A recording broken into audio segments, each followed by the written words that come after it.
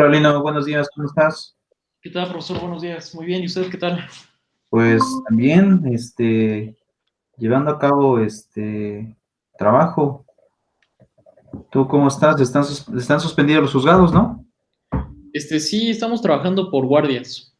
Ahora sí que guardia domiciliaria. Y bueno, ahora sí que a unos compañeros sí les tocó pues ir 3 días o así. Ya ¿Por ve que guardia? nos vamos turnando, ¿no? Ah, Así es. La semana que viene nos toca a nosotros. Así es, profe. ¿Usted cómo oh, va? ya, ya. Pues, pues complicado, todo está complicado. Se extendió hasta mayo la suspensión, pero yo considero que tal vez, este, pueda existir una prórroga mayor. Pero bueno, veremos qué es lo que dicen, pero pues ya prorrogó demasiado. Sí, no, la verdad es que está cañón. Mario, ¿cómo estás? Buenos ¿También los días. comunes siguen trabajando? Sí. Hola, profe, No, bien, todo ¿usted qué tal? suspendido, no. Bien, aquí muchachos, ya listos para impartir clase. Nada más somos dos en la clase, Pues es que creo que estaba Ariadna y Victoria, pero nunca se conectan, profe. ¿no? Pues no. No, no sé quién es Ariana. No, a Victoria sí la conozco, pero a Ariana no sé quién sea. Es como chaparrita gordita, Ariadna, ¿no? De lentes. Ariadna. Ah, ya sé quién es Ariadna, de cabello cortito. Ándale, sí, ella. Ah, ya me acordé, ya no la he visto muy seguido en la uni, pero sí, sí me acuerdo de ella, cómo no, siempre me saluda cada que la vea yo, me saluda siempre muy gustosa, yo también le saludo siempre, bien como a todos, también a ti, Lino, ya tiene rato que no te veo, Sí, profe, pero, sí veo. pero de todas maneras, siempre me es gustoso, saludar a todos de mano y con una sonrisa. Muchas gracias, profe. Listo. A ver, chicos, vamos a empezar el tema del día de hoy. Hoy nos toca un tema un poco complicado, interesante también, pero al mismo tiempo nos toca una cuestión que en este momento con el tema de la pandemia me parece fundamental. Y es que hoy nos toca la clase de mercancías y aranceles. Pero para hablar de mercancías y aranceles, en el caso mexicano, tenemos que ir también a la parte histórica y cómo es que esta parte histórica influye en lo que hoy conocemos como el Tratado TIMEC, antiguamente llamado Tratado de Libre Comercio. Y miren, para esta clase, bueno, para empezar, el Tratado de Libre Comercio nuevo y actualizado todavía no está publicado, aunque ya hemos visto en la televisión que o va a empezar a tener vigor y vigencia en junio de este año, en junio. Pero el texto no ha sido publicado, pero logré encontrar un documento, me lo pasaron apenas, para esta clase específicamente, que habla acerca de la transformación del Tratado de Libre Comercio al Telecan, y es un documento que emite la Cámara de Diputados. ¿Por qué digo que me lo pasaron? Porque a pesar de que es un documento de la Cámara de Diputados, tampoco está en línea. Eso es como que lo curioso. No me queda muy claro por qué los actuales gobernantes no han querido, pues, decir algo acerca de este documento, pero por otro lado, tampoco comprendo por qué el texto del TIMEC no lo han querido publicar cuando ya ha sido firmado por los tres países, aún a pesar de que no haya entrado en vigor, pero ya, pues ya fue firmado, pues ya por lo menos debemos de conocerlo, solamente estamos esperando la vigencia. Pero me resulta extraño, pero bueno, ya tengo el documento abierto y antes de entrar al tema del documento, porque vamos a ver varias cosas el día de hoy, vamos a platicar acerca de estos fenómenos históricos. Y bueno, tenemos esta parte. Primero, bien importante, cuando nosotros estudiamos la cuestión de México en las mercancías internacionales, es innegable, digo innegable, que no podamos ver la época desde el porfiriato, es decir, desde la época o finales del siglo XIX. Y bueno, y me emociona mucho este tema por lo siguiente. ¿Qué es lo que sucede a finales del siglo XIX? Todos conocemos que en realidad México, después de la independencia, ha tenido diferentes problemas. Pero el principal problema que han arrastrado todos los gobiernos, incluso el actual, Y ahorita en el video que les vamos a ver, se van a dar cuenta que también pasa en otros sexenios, pasa exactamente lo mismo, es el exceso de deuda externa. ¿Por qué es un problema para todos los gobiernos? Porque comprometes la ganancia o el ingreso que tiene el Estado para brindar servicios para el pago de deuda externa. Entonces, ¿qué es lo que pasa? Todos conocemos que México, después de la independencia, que empieza de 1810 a 1821, tiene un periodo de turbulencias. Y para empezar, nosotros tuvimos que tener un imperio llevado a cabo por Iturbide, que Iturbide era un criollo perteneciente todavía al ejército español, pero que de alguna forma negocia la independencia de la América, ¿no? Como aquel momento se le llamaba, con Guerrero. Y así es como se da la independencia de México, porque en realidad el ejército insurgente, que ya del último bastión que quedaba era Guerrero, pues no, ya había perdido muchísima fuerza, ya todos los héroes de la independencia habían muerto, Morelos había muerto, Hidalgo había muerto, Aldama había muerto, todos ellos ya estaban prácticamente en la tumba, ¿no? Entonces, ¿qué es lo que pasa? Iturbide llega, pero pues lamentablemente no dura mucho en el poder. Iturbide, lejos de generar un control democrático, en realidad va al imperio y bueno, mucha gente obviamente lo trata de sacar. No queda muy claro en realidad cuánto tiempo dura el gobierno de Iturbide, porque por ahí unos historiadores nos comentan que fueron 2 años de imperio y por ahí otros, sobre todo la historia oficial, nos dice que fueron 10 meses solamente de imperio. Entonces, como que ahí la duda está entre si dura el imperio de Iturbide de 1821 al 22, o bien fueron los 2 años posteriores hasta el 23, y bueno, antes de la promulgación de la Constitución del 24. Pero, ¿qué es lo que sucede? Llega Guadalupe Victoria, el primer presidente mexicano. Oh, por Dios, necesitas reestructurar un gobierno que ha tenido, pues básicamente un problema bélico, social, pero es un conflicto bélico.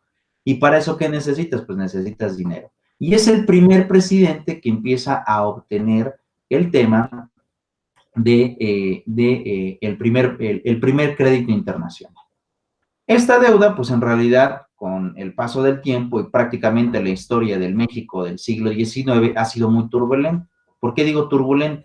Porque el México del siglo XIX no logramos darnos cuenta del progreso que tuvo el país, porque de alguna forma sí existe mucha guerra civil, ¿no? Es decir, incluso cuando llega la invasión francesa, ¿no? Por el incumplimiento de pago de deuda externa que genera Juárez hacia el gobierno francés, viene la inversión, entra Maximiliano, que por cierto lo invitan los conservadores, pero curiosamente Maximiliano sale más libertario que otra cosa.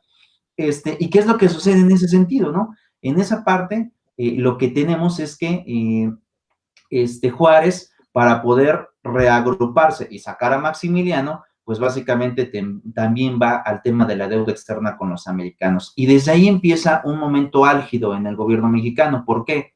Porque muchos de los presidentes mexicanos empiezan a comprometer el ingreso que tenía el país para básicamente llegar a el tema de la deuda y más deuda. Entonces, ¿qué es lo que pasa? Bueno, al final de cuentas, la historia oficial nos dice, porque ahí tengo dudas, sobre todo con la desclasificación de documentos de la CIA, ahorita les platico acerca de eso. Tengo dudas porque la historia oficial nos dice que Juárez manda a matar a Maximiliano y lo fusila. Sin embargo, la CIA, y estos son documentos que no pertenecen a México, que son de la CIA, de la Agencia de Inteligencia Internacional de los Estados Unidos de Norteamérica, nos dicen, estos documentos salieron en diciembre de 2017, donde desclasifican archivos y nos dicen que en realidad Maximiliano no muere fusilado. Es más, ni siquiera murió. Le perdona la vida a Juárez, de acuerdo a los documentos de la CIA, porque era su hermano masón. Y, para ser sinceros, en el documento de la CIA también hablan de que Maximiliano pertenecía a una familia de la francmasonería, es decir, una escala más de la masonería a la cual pues México no influía, ¿no? Es decir, si nosotros vamos a la historia de Juárez pues era masón de el rito nacional mexicano, y si mi memoria no me falla, nada más fue masón de aquel rito, llegando hasta el grado 9, que era el máximo en el rito nacional mexicano. Pero ¿qué es lo que sucede? Ahí no voy a entrar en detalles, me voy a ir con la historia oficial, es decir, que murió Maximiliano, pero ya arrastraba un compromiso muy grande con los norteamericanos por el financiamiento que le dieron para derrocar básicamente a Maximiliano en la invasión francesa. Pero bueno, ahí también ustedes conocerán que al final Francia retira las tropas porque también Francia enfrenta un problema de invasión y por eso es que decide retirar el apoyo a Maximiliano. Y bueno, eso ya sería otra cuestión. Pero ¿a qué es a lo que voy? Otra vez vamos al tema de la deuda externa. ¿Qué es lo que sucede? De repente, y ya para ir un poco más rápido en el tiempo, viene la Constitución del 57, viene todo este conflicto, hasta que, pues bueno, básicamente en la penúltima elección llega a encontrarse Benito Juárez con Porfirio Díaz. Y aquí viene la época ya interesante, ya de lo que les platicaba hace un momento con el tema de las mercancías. Porque, para empezar, la primera elección que tienen entre Díaz y entre Juárez, la gana Juárez. Sin embargo, Díaz acusa a Juárez de fraude electoral, ¿no? Digo, a nosotros que somos de esta época, creo que esa frase ya ni nos suena ajena, como que al menos los políticos de esta época se han encargado en que, por lo menos los que somos de la época de los 90, a que la aprendiéramos bien, sobre todo con el fraude del 88, el fraude de 2006, y yo en el de 2012, la verdad, no creo que haya existido fraude, yo creo que ahí sí ganó Peña, pero al menos en el 88, en el 2006, creo que sí hubo fraude electoral, pero bueno, esa será otra historia. ¿Pero por qué lo digo? Porque en esa primera elección donde compite Juárez y donde compite Porfirio, tienen este problema precisamente, es decir, van al encuentro, y pues obviamente, ¿qué pasa? ¿No? Es decir, tenemos esta situación en donde pues Porfirio acusa a Díaz de fraude electoral, pero después también acuña una frase que después yo creo que la burla él mismo, porque él es el primero, Porfirio Díaz es el primero que dice la frase sufragio efectivo, no reelección. Y digo, después se burla de la frase que él mismo idea, porque todos recordaremos que Díaz se queda 30 años oficiales en la presidencia, aunque no oficiales se contabilizan 34. Pero aquí viene la época interesante, al final Díaz muere por enfermedad, aunque también por allí, la historia oficial nos dice que mueren por enfermedad, aunque por ahí también algunos historiadores, sobre todo este historiador de la UNAM, no recuerdo ahorita, creo que se apellidaba Portilla, descifra que por ahí había documentos en donde a Díaz en realidad se le envenena. Digo, perdón, a Juárez en realidad se le envenena y no muere por lo que nos dice la historia oficial. Bueno, pues eso ya no lo podremos saber, ya pasó mucho tiempo, pero al final de cuentas nos vamos a los datos. ¿Qué es lo que sucede en el gobierno de Porfirio?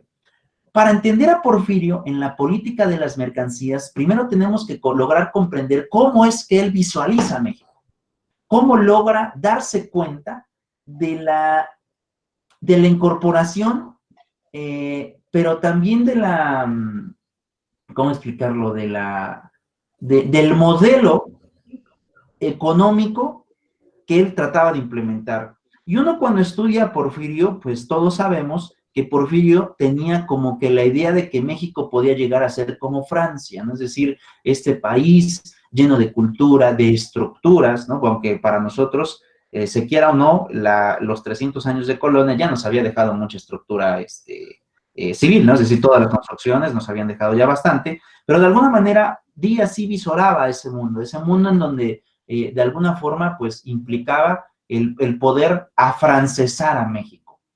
Pero también tengo que comprender la formación de Díaz, ¿no? Y ahí es donde viene la parte interesante, porque Díaz en realidad, por cierto, de origen oaxaqueño, igual que Juárez, estudió Derecho, ¿no? Cosa curiosa, ¿no? Él era abogado. Y de alguna forma, aunque hoy no quieren que regresen sus retos al país, tampoco le podemos quitar que era patriota.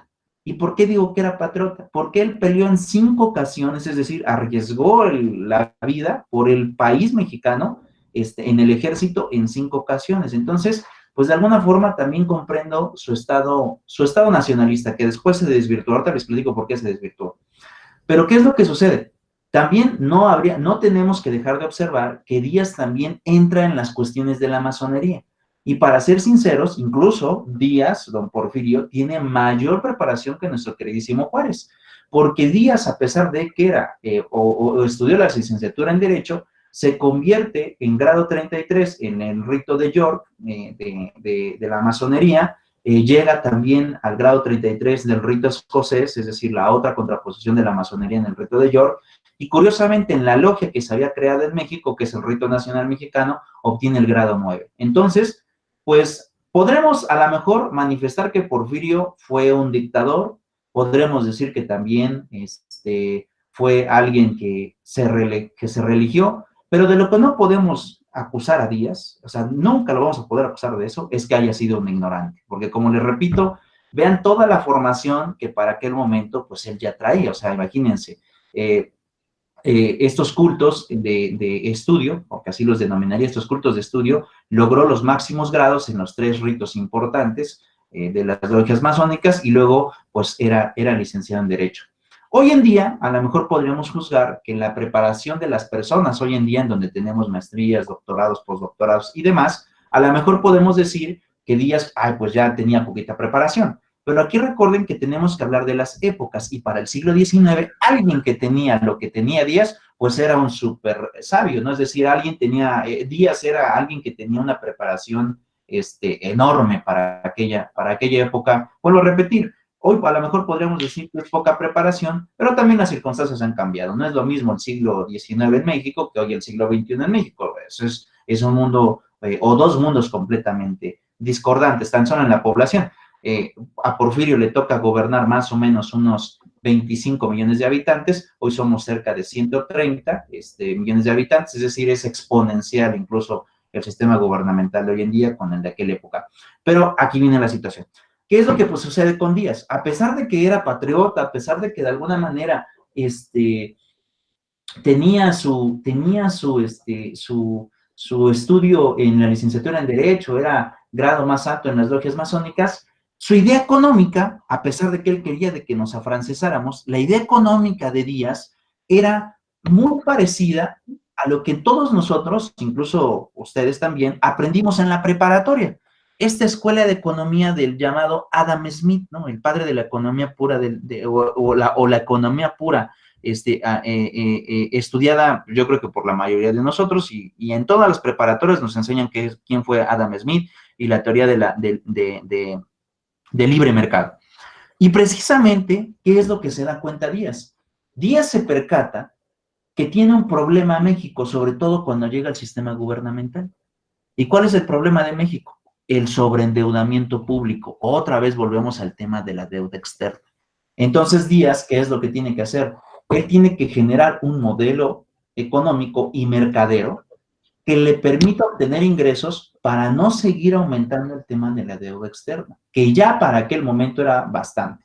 Como les decía, la deuda empieza desde Guadalupe, la agrava prácticamente Santana con la pérdida del territorio, luego viene Díaz y también, luego viene Juárez, y Juárez también pide apoyo, que al final de cuentas el apoyo que le da a América es dinero, es decir, otra vez en deudas al país. Es decir, la deuda era enorme, se debía mucho dinero.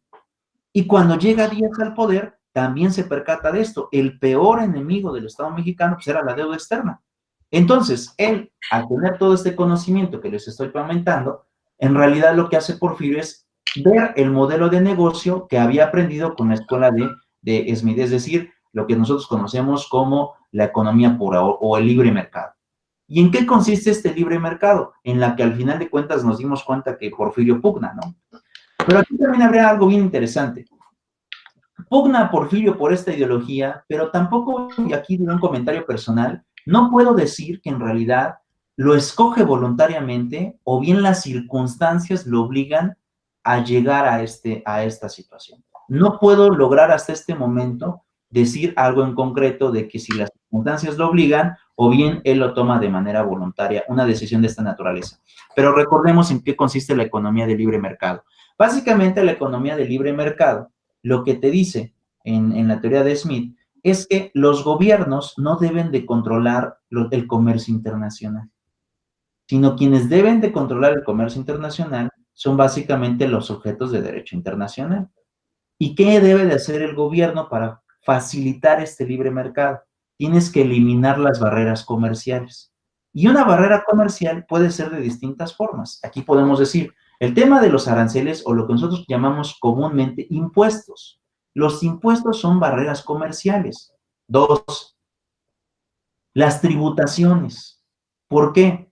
Porque era lo que pasaba a lo mejor en siglos pasados. Cuando tú querías exportar una mercancía, tenías que pagarle impuestos a tu gobierno. Y aparte, cuando tu mercancía llegaba a otro país o a otro reinado, allá también tenías que pagar impuestos. En pocas palabras, ¿cuántas veces pagabas impuesto? 2 veces. Se daba una doble tributación. La cuestión, la filosofía de Smith en el libre mercado era eliminar esa doble tributación y solamente pagar una, es decir, facilitar la exportación y solamente reglamentar el tema de la importación, entre muchas otras que pueden significar libre mercado para aquella época. Hoy entendemos como barreras comerciales, incluso trámites administrativos, pero hoy en día, antes obviamente no había toda esta regulación como la tenemos ahora. Entonces, ¿qué es lo que pasa? En realidad lo que se da cuenta, Porfirio, es que tiene que ir a esa economía de libre mercado para poder que el Estado mexicano tuviera ingresos y así poder mantener las finanzas públicas del Estado y pagar el tema de la deuda externa. Exitoso o no, Porfirio, porque eso tampoco, creo que aquí a lo mejor hasta podemos debatir de que si fue exitoso o no.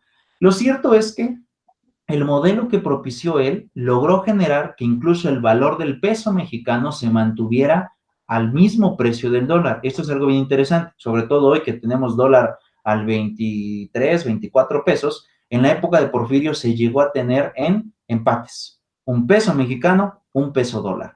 Pero ¿qué es lo que pasaba? Cuando uno entra a estudiar las políticas económicas monetarias que tenía Porfirio, pues uno se percata que también esta bienvenida de capital extranjero generó mucha pobreza en México.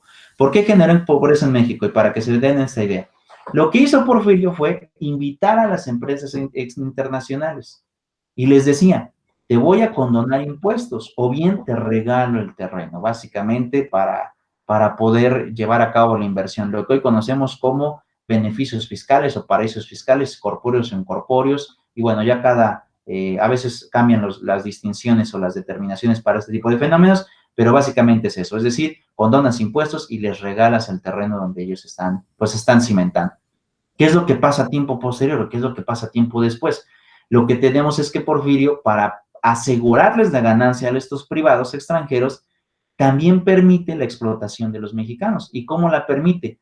No otorgando lo que hoy conocemos como salarios, sino que les pagaban a través de las famosas tiendas de raya. Es decir, al trabajador mexicano no le daban dinero, sino que le permitían vivir en las haciendas, en todos estos cacicazgos, latifundios incluso, que en aquel momento todavía llegaban a existir,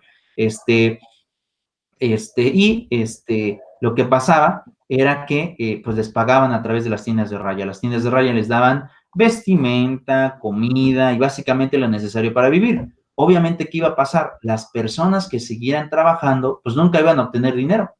Solamente iban a ser a través de las tiendas de raya, en donde los patrones les daban lo necesario. ¿Cuándo creen que todos estos trabajadores iban a poder llegar a obtener una casa? Pues obviamente nunca. La ganancia prácticamente era pura para los inversionistas. Pero ¿qué fue lo que dio? Mucho capital extranjero llegó aquí a México. Mucho extranjero llegó a invertir a esta parte del continente latinoamericano. Vuelvo a repetir, si fue buena la idea de don Porfirio, y digo don Porfirio porque así lo tengo que nombrar, porque vuelvo a repetir, lo podré tachar de todo menos de ignorante, porque eso no era una persona sumamente estudiada, Porfirio Díaz. No sé si fue un error o acierto, pero también, como les decía, el gran problema de México en aquel momento era el sobreendeudamiento público. Antes de que continúe, chicos, pregunto, ¿existen dudas, preguntas? Para poder entrar a la otra parte de la clase, ¿existen dudas, preguntas? No, profesor, por el momento no. Mario.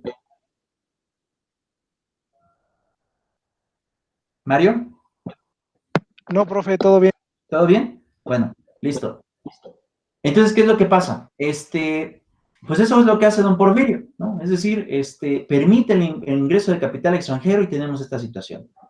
Como les decía, la política monetaria en aquel momento se mantuvo peso dólar, ¿no? Lo cual es bastante benéfico, pero también a causa de todo este tipo de estragos en la cuestión social. Bueno, al final de cuentas, ¿qué fue lo que originó la caída de don Porfirio? Porfirio Díaz en realidad ya estaba dispuesto a salir del poder, ¿no? Hasta que viene la entrevista norteamericana en donde le preguntan si México ya estaba preparado para una democracia, y él dice sí, es tiempo de que él ya se retire. Sin embargo, con las condiciones posteriores y después de la entrevista, pues básicamente lo que hace él es echarse para atrás, es decir, decide ya no ir a la democratización y decide reelegirse. Compite con Madero, y bueno, al final, la primera elección que tiene con Madero, la gana a través del fraude y mandan a exiliar a Madero. Y en realidad, Francisco de Madero en Estados Unidos es cuando idea ya prácticamente el plan de la Revolución Mexicana. Pero vamos a esta situación. ¿Qué es lo que pasa en esa situación? Se quiera o no, el problema de la deuda existía. Y bueno, al final de cuentas, Porfirio sale del país, ¿no? Es decir, logra perder el conflicto en la revolución y sale del país. Bueno, ¿pero qué nos dejó? Pues nos dejó el problema de la deuda. Que vuelvo a repetir, deuda que no origina Porfirio, deuda que ya venía arrastrando prácticamente desde el gobierno de Guadalupe Victoria. Es decir, casi un siglo antes, ya venía ese sobreendeudamiento público. Llega esta situación, después, ¿qué es lo que sucede? Llega Madero, a Madero lo traiciona Huerta, y bueno, se hace ahí un desbarajuste, hasta que llega el carrancismo y llega la Constitución del 17, en donde nos establecen básicamente que el sistema mexicano y la cuestión de la soberanía y muchas otras cuestiones que para aquel momento pues resultaron en una constitución proteccionista del sistema gubernamental, pero económicamente hablando, liberada para el capital extranjero. ¿Qué es lo que sucede? Para aquel momento, pues todavía teníamos como que ciertos desajustes, ¿no? Porque incluso después de que muere Carranza, por cierto, muere aquí en Puebla, a traición de otro presidente mexicano, que es Obregón. Y aquí viene una parte interesante del comercio hoy en día, para que podamos entender cómo es que hoy en día el tema del TIMEC entra. Fíjense, vienen, ¿y en qué consistió la traición de Obregón? Obregón era, pues digamos que uno de los pertenecientes al gabinete carrancista, y aquí no sé qué comentario tengan ustedes, pero al menos yo considero que Carranza ha sido, al igual que el grupo que apoyaba a Porfirio, que se les llamó los científicos, el grupo que apoyaba al presidente Carranza, los constitucionalistas, son personas altamente adoctrinadas. Y digo altamente adoctrinadas porque gracias a esa inteligencia que tuvieron aquel Congreso de los diputados y obviamente el presidente Carranza, hasta el día de hoy nuestra Constitución sigue vigente, con muchas reformas. Pero los congresos de esta época ciertamente no han tenido ni la preparación ni la inteligencia para crear un nuevo texto constitucional. Es decir, la inteligencia de esos señores, de los constitucionalistas de 1917, hasta el día de hoy sigue reluciendo, ¿eh? Y miren que para decir que alguien es inteligente es cuando tu idea logra traspasar el tiempo, ¿eh? Y yo considero que estos grupos, tanto los científicos de Porfirio como los constitucionalistas de Carranza, eran personas altamente adoctrinadas, muy inteligentes, muy adoctrinadas y muy sagaces o hábiles, no sabré cómo decirles, pero creo que personas admirables. Los dos gabinetes que estuvieron tanto con Porfirio como con Carranza, así como también como el de Juárez. Ese grupo de asesores que tenía Juárez también eran altamente estudiados, muy, muy inteligentes los señores. Pero bueno, vamos a esta parte. Y viene la situación de Obregón. Obregón, para llegar a la presidencia, pues traiciona a Carranza. Pero Obregón pide el apoyo norteamericano. Y aquí viene algo de la historia trágica de México, los llamados acuerdos de Bucareli. Estos acuerdos en donde, pues prácticamente para derrocar al gobierno de Carranza y apoyar la presidencia de Obregón, pues ¿qué implica o qué significa el tema del apoyo? Pues lo que significa es que te voy a financiar lo que tú quieras. Y eso es lo que hace Obregón. Le logran financiar el derrocamiento de Carranza. ¿Y eso qué genera? Más endeudamiento público. Es más deuda. Y vean toda la historia que ahorita les relaté, otra vez llegamos al tema de la deuda. Pero ahí viene lo interesante de los acuerdos de Bucareli. Vean esta situación. Los acuerdos de Bucareli, hay un dilema. Hay un dilema en si en realidad fueron firmados o no. Con el tiempo han existido documentos que nos han dado la realidad de que sí existen esos acuerdos. Fíjense, y lamentablemente esos acuerdos de Bucareli Obregón los firma comprometiendo a México por 100 años. Es decir, se firman los tratados de Bucareli en 1923 y curiosamente se van a terminar en el 2023. Y aquí viene otra parte interesante. A quien le toca decidir si se ratifican los acuerdos de Obregón de hace un siglo es a nuestro presidente actual, Andrés Manuel López Obrador, pero voy al fondo del asunto. ¿Qué es lo que se negoció en los tratados de Bucareli? Viene esta parte. Los tratados de Bucareli generan una macronegociación entre Estados Unidos y México. Y lo que hacen básicamente es comprometer industrias a favor de los norteamericanos. Y ahorita van a encontrar muchas explicaciones. Los acuerdos de Bucareli no están publicados, porque en los tratados se firmó lo que se conoce hoy como una cláusula de secrecía. Sin embargo, el Instituto de Investigaciones Jurídicas tiene un documento de los tratados, así como también algunos presidentes han hablado acerca de los tratados. Y uno de los que yo considero, de los que más sigo incluso de críticos del sistema, se llama Alfredo Jalife Rame. Él es doctor y es catedrático del doctorado en la UNAM en Economía y en Derecho. Y bueno, aparte él siempre lo están entrevistando y bueno, tiene su canal de Facebook porque siempre lo andan asesorando también. Él en una entrevista en realidad dice, yo tengo una copia de los tratados y habla acerca unas pocas cosas de lo que contienen esos tratados.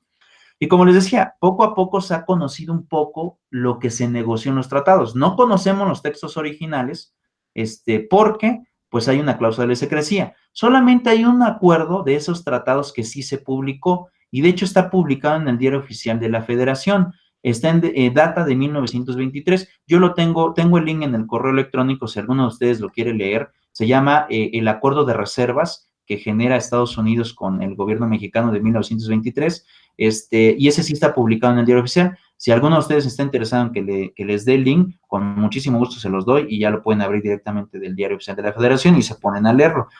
Pero bueno, ¿qué es lo que pasa en esos acuerdos? Para no perderme, porque les digo que traigo mucha información en la cabeza. Los acuerdos se dan para prácticamente pactar el comercio entre Estados Unidos y México. Desde ahí se compromete, por el tema del sobreendeudamiento público de México con los americanos, algunas industrias del Estado mexicano. ¿Qué se comprometió? Y aquí vamos a la parte interesante. Lo que logra firmar Obregón es lo siguiente. Ustedes sabrán que don Porfirio era un hombre visionario. Por eso le digo don Porfirio, porque es un hombre, la verdad yo lo admiro a Porfirio, a pesar de que hizo cosas malas, pero también trato de comprender por qué lo hizo. Pero ¿por qué digo que era visionario? Porque él fue el primero que empieza con la inversión de ferrocarriles, estos medios de transportación de mercancías. Hoy en día, incluso en el siglo XXI, lo más efectivo en transportación de mercancías y de personas son los trenes bala, que están en Europa principalmente. Es decir, fíjense, Porfirio ya visoraba ese medio de comunicación. Pero ¿qué fue lo que pactó Obregón con los tratados de Bucareli? Los americanos tenían la industria automotriz y a ellos no les gustaba o no iban a sacar un beneficio importante si México seguía invirtiendo en el tema de los ferrocarriles. Entonces, le prohibieron al gobierno mexicano en esos acuerdos seguir invirtiendo en ferrocarriles. Y para establecer un modelo de comunicaciones, le obligaron a México en generar infraestructura, pero carretera. Es decir, que desde Obregón se dejó de invertir en ferrocarriles y empezamos a tener estos grandes tramos de carreteras autopistas. Pero aquí viene el otro amarre de los americanos. México no tiene una industria automotriz. Pues porque Obregón firmó y pactó con los americanos que no íbamos a desarrollar dos tipos de tecnología, ni siquiera íbamos a tener investigación. México no tiene investigación científica, ni tampoco tenemos investigación automotriz. Y esto se debe al acuerdo que generó básicamente Obregón con los americanos. Entonces, ¿qué es lo que pasaba? México construía carreteras, pero no podíamos construir automóviles. Entonces ahí viene el negocio de los norteamericanos. Ellos, a través de dos empresas fundamentalmente, Chrysler y Ford, le venden los automóviles para utilizar el sistema carretero que México iba a empezar a crear desde 1923. Es un negocio redondo. Te impido invertir en ferrocarriles, te obligo a invertir en carreteras, pero como tú no fabricas autos, yo te los vendo. Y eso fue lo que firmó Obregón. Por eso incluso cuando ustedes, no sé cuántos años tengan, Mario y Lino, pero seguramente ustedes en gobiernos pasados, seguramente habrán visto en los diputados, ¿qué necesita México para progresar? Vamos a crear infraestructura, así decían los políticos. ¿Y qué era la infraestructura para ellos? Generar carreteras. Esa era la infraestructura para ellos. ¿Pero por qué se da esto? Porque es un acuerdo que viene y que data desde 1923. Porque se pactó y se comprometió al gobierno mexicano, a todo nuestro país, a generar este sistema carretero para que estas dos grandes empresas, Ford y Chrysler, vendieran sus automóviles en México. Y nosotros nos quedamos ahí en la pérdida del gran mundo que visoraba más o menos Porfirio, porque nuestro sistema de ferrocarriles se quedó obsoleto. Obsoleto. No tuvo actualizaciones. Bueno, hasta ahorita, ¿no? Que el presidente quiere hacer el Tren Maya, ¿no? El Tren Maya, pero vean todo, ¿desde dónde viene? Desde no, sí, 1923. Entonces, esta es la primera forma, y vean esta parte, porque en el Telecán precisamente se da el amarre perfecto para perfeccionar los tratados de Bucareli, que ya estaban negociados.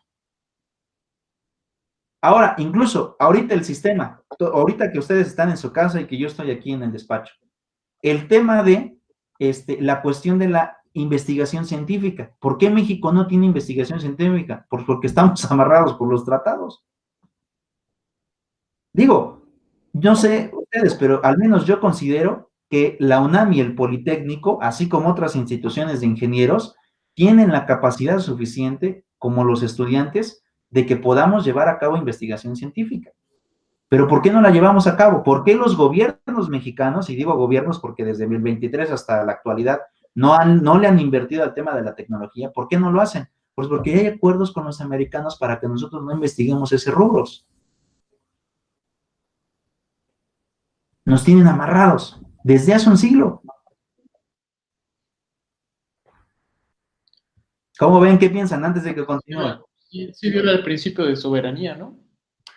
Fíjate que la verdad es que yo considero que sí lo viola. Pero aquí viene otra parte, y aquí daré mi comentario personal. No sé, Mario, tú que llegues a pensar, ahorita nos comentas tu punto de opinión, y ahorita también te voy a pedir tu opinión, Lino, pero aquí también yo voy a dar un criterio personal. Normalmente yo también sigo a muchos abogados, sobre todo constitucionalistas, como el doctor Carbonell, aunque bueno, a Carbonell le critico muchas cosas, y a otro que también sigo, pero considero que es un personaje corrupto, pero que es hoy catedrático de la UNAM y es historiador del Instituto de Investigaciones Jurídicas, por ahorita les platico por qué lo considero corrupto, que es Diego Valadez. Pero cuando uno ve sus críticas, y también en el mundo de los abogados, ¿qué es lo que decimos? No, es que el derecho tiene que regular la conducta social, el derecho es el que debe regular a los gobiernos. Pero cuando tú vas a la globalización, cuando tú vas a cómo se generan las políticas de globalización y la historia globalizante de libre mercado, lo primero que aprendemos es que el derecho es lo que menos importa. Lo que importa es quién tenga el billete para poder invertir. Son los que mandan. Digo, y ahí difiero incluso con mis propios colegas abogados, porque los colegas abogados dicen, es que la Constitución, es que la ley, y la ley, y la ley, y la Carta de la ONU, híjole, y bueno, suena romántico. Pero cuando uno va a los fenómenos internacionales, te das cuenta que lo que menos importa es el derecho. Digo, la Carta de la ONU, si quieren los americanos la cumplen, y si no, no. Ya vimos que también Rusia, y ahorita con los acuerdos petroleros, la Carta de la ONU se queda fuera.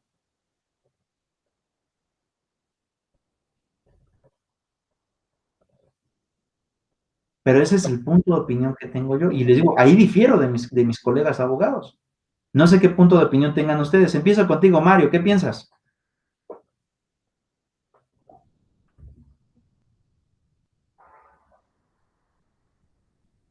¿Mario?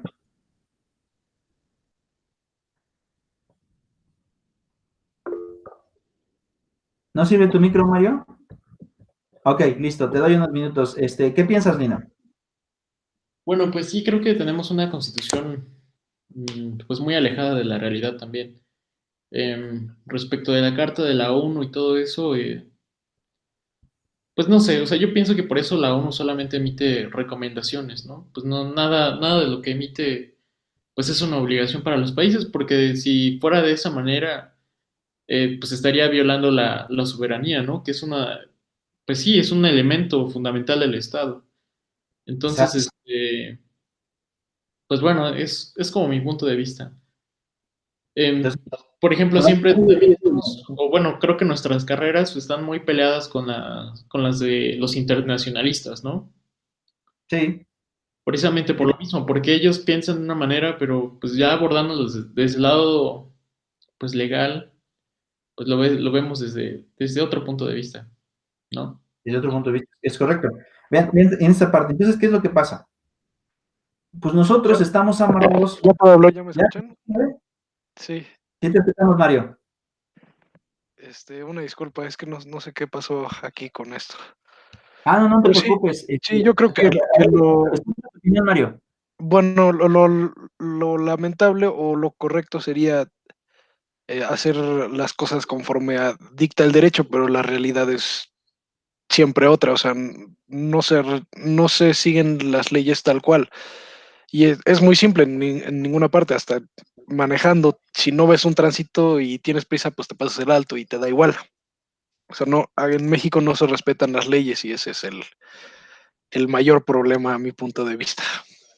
Bueno, voy a continuar y en efecto, comparto el comentario, Mario, pero ahorita vamos a ir a la escala internacional. Recuerden que esta materia tiene que ver con derecho internacional y ustedes son de comercio y ahorita la vamos a ir a la parte del comercio y cómo es que el derecho y el comercio, ahí viene esta vulneración. Pero bueno, sigo sobre la explicación. ¿Qué es lo que pasa? Pues estamos amarrados. ¿Y qué es lo que pasa? Esta es otra forma de generar comercio porque tratas de restringir mercancías para apoderarte de mercancías. ¿Y qué es lo que pasa? Pues laboratorios mexicanos que tengan un auge importante, no lo tenemos. ¿Qué pasa con los laboratorios norteamericanos? Pero gracias a qué? A estos acuerdos. Porque desde ahí empiezas a generar la forma de comercio. Desde ahí logras empezar a darte cuenta cómo suprimiendo puedes generar ciertas ganancias. Y bueno, ¿qué es lo que pasa? Después de eso, pues viene un golpeteo importante en el comercio internacional. Y el golpeteo importante lo da nuestro queridísimo, y bueno, yo le digo así, mi tata Lázaro, el presidente Lázaro Cárdenas. Porque Lázaro Cárdenas, otro golpe que le da a la esfera internacional es el tema de la expropiación petrolera y la creación de petróleos mexicanos en 1938. ¿Por qué digo que le da este golpeteo nuestro queridísimo Lázaro Cárdenas? Bueno, también uno tendría que estudiar las circunstancias del por qué va la expropiación, porque tampoco era muy gallo para decirle a los norteamericanos, ustedes se van a la goma y literalmente nosotros somos muy poderosos y nosotros controlamos el petróleo. No, porque incluso aquí teníamos a las empresas importantes de Norteamérica, que por cierto, hoy en día están en crisis, que es el Westin Texas, Shell, estas empresas que pertenecientes a la familia Rockefeller, que por cierto, compañeros, la ONU no se puede entender si no se estudia el financiamiento de la ONU después de la Segunda Guerra Mundial. Y ahí nos vamos a lograr enterar que básicamente quien logra financiar a la ONU son los Rockefeller. Pero ahorita llega esa parte de la cuestión. ¿Qué es lo que Pero, sucede? profesor, ¿financiamiento para qué? Para la creación de la ONU, los que impulsan este comportamiento de los norteamericanos para ir a un orden internacional fueron los americanos. Y por otro lado, quien logra financiar el proyecto de la ONU no fue el gobierno de los norteamericanos, fue inversión privada a través de la familia Rockefeller. Sí, es que no había escuchado, perdón. Entonces, esas situaciones cuando dices, wow, es que es lo que pasa en el mundo. Pero bueno, les platico por esta parte. Con la llegada de empresas norteamericanas en el gobierno de Porfirio Díaz, muchas empresas aquí explotaban lo que querían y pagaban lo que querían. Cuando llega el conflicto en los años 30, para ser exacto, en 1938, llega un conflicto laboral porque los obreros de la industria petrolera demandan que no les habían pagado estas empresas extranjeras. Entonces, el juicio se va y llega hasta la Suprema Corte. Y fíjense bien hasta dónde llegaron los norteamericanos, ¿eh? Las empresas norteamericanas, especialmente los Rockefeller. Literalmente dijeron, no me van a obligar a mí a pagar lo que no quiero pagar. Aún con sentencia de la Suprema Corte, ¿eh? Con sentencia de la Suprema Corte, los norteamericanos dijeron, no te pago. O sea, literalmente se sentían tan poderosos que podían desobedecer un criterio de la Suprema Corte. A ese tamaño llegaron las empresas norteamericanas de flujo internacional o comercio internacional. ¿Qué fue lo que hizo el presidente mexicano? El presidente mexicano dice, lanza un decreto de expropiación. Y en el discurso que está, por cierto, lo pueden ver ustedes en internet, es un discurso de 20 minutos.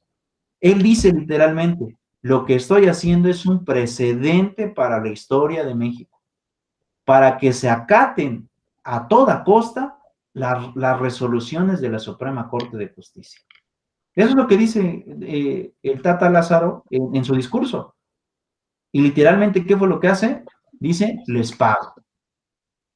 Y manda a la población a que colaboren al pago de Pemex, ¿no? Y ahí es donde vemos las imágenes de la gente donando lo que tenían en Bellas Artes. Iban a dejar gallinas, instrumentos musicales, dinero en efectivo, y la gente contribuyó. Bueno, la historia nos dice eso, pero también lo que no nos dice es que en la realidad no se terminó de indemnizar a las empresas extranjeras. Por ahí quedó un saldo de deuda que se tuvo que ir pagando con sexenios posteriores. Pero bueno, ¿qué fue lo que sucedió? ¿Por qué digo que da un golpeteo? Porque también, ¿qué es lo que hace esta parte de Lázaro Cárdenas? Lázaro Cárdenas fue incomodísimo para el gobierno norteamericano, porque, por cierto, otro flujo comercial que ahorita está en debate, es el tema de las drogas. Lázaro Cárdenas logró legalizar ciertas drogas por un año en su sexenio, y al final tiene que dar marcha atrás a esta política por presión de los norteamericanos. ¿Y por qué digo? Porque eso también es comercio internacional.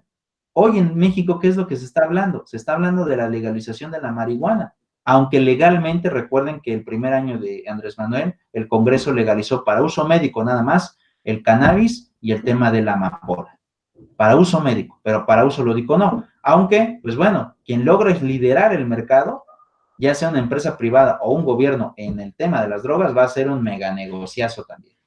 Otra vez, otro flujo de comercio internacional. Pero bueno, en ese entraremos en otro dilema que no me quiero desviar mucho en ese tiempo. Pero ¿qué es lo que pasa? Tenemos esta situación de cómo es que logran negociar esta cuestión, nuestro queridísimo Lázaro Cárdenas, y crea Pemex. Y básicamente, ¿por qué digo que fue incómodo? Porque desde allí viene uno de los incumplimientos que se da al tema de los tratados de Bucareli que firma Obregón, porque eso también lo firma Obregón. Obregón logró pactar, vean lo que pasa, Obregón logró pactar el tema de la refinación del crudo mexicano a favor de las empresas norteamericanas, desde 1923. Por eso cuando llega el golpeteo de Lázaro Cárdenas, se dice les expropio, pues sí, les expropió, pero lo que nunca nos dijeron es que nunca se dejó de venderles crudo a los norteamericanos para que pudieran refinar esas mercancías y convertirlos en derivados, ¿no? Como gasolinas principalmente. Y viene ahí otro juego de comercio internacional. ¿Por qué digo otro juego de comercio internacional? Porque por una parte te expropias, a pesar de que la Constitución de 1917, que por cierto ustedes pueden consultar en línea, está el texto original de la Constitución del 17, dice que el petróleo es de México. Pues sí, el petróleo es de México, pero ¿qué pasa si no tienes con qué refinarlo? Pues lo tienes que vender. Y ahí es donde viene la exclusividad del Tratado de Bucareli que firma Obregón. Ciertamente, yo sí al presidente Obregón sí lo trato de traidor, ¿no? Y miren que para que yo diga que es traidor es porque Profe, ya... una pregunta. Entonces, lo que hicieron fue, les expropiaron, pero ahora en lugar de que ellos estuvieran extrayendo el petróleo, lo que hizo el gobierno fue extraerlo él y venderlo a las mismas empresas que lo sacaban. Exacto, exacto. Ok, Esto ya. viene por una cuestión de los tratados de Bucareli de 1923. Ahora, históricamente ustedes recordarán esto. Tampoco te puedes pelear con los norteamericanos al muy valiente. ¿Por qué? Porque si nosotros vamos a la historia, los Estados Unidos de Norteamérica han querido introducirse al territorio nacional en 3 ocasiones. La primera ocasión, aunque en diferentes sexenios, pero lograron apoderarse de Texas. Y por otro lado, recuerden que después vino Nuevo México, California y todos estos territorios, incluso una parte de Arizona todavía era de México. México llegaba hasta una pequeña parte de Utah. Y eso no los quitaron los norteamericanos. Y en la época revolucionaria, militarmente quisieron invadir el país. Una vez que llegaron por Veracruz y la otra ocasión que llegaron a meterse a territorio nacional, porque nuestro queridísimo Pancho Villa fue a hacerles un relajo allá y ellos decidieron cruzar fronteras y venirlo a buscar. Entonces, pero, o sea, hoy en día tampoco podemos decir, los norteamericanos, me peleo con ellos. ¿Con qué les compites? Y ahorita viene otra parte interesante del comercio internacional. Vean, otro de los flujos comerciales que genera mucho dinero a nivel internacional es el tema del armamento. ¿Y qué sucede con el armamento? En 1950 y tantos, no recuerdo la fecha exacta, los norteamericanos pactan con toda Latinoamérica el Acuerdo de Tlatelolco, otro tratado internacional. ¿Y qué dice el Tratado de Tlatelolco?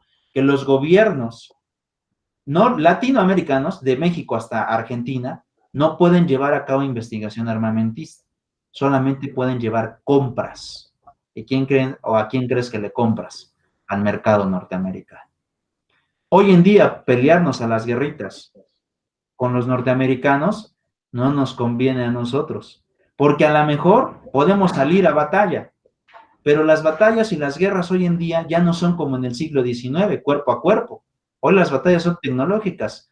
Aunque nosotros nos den nuestra ametralladora, esos los norteamericanos con 3 bombas satelitales nucleares nos revientan las 3 ciudades más importantes del país, Ciudad de México, Monterrey y Guadalajara, y de paso Puebla, ¿no?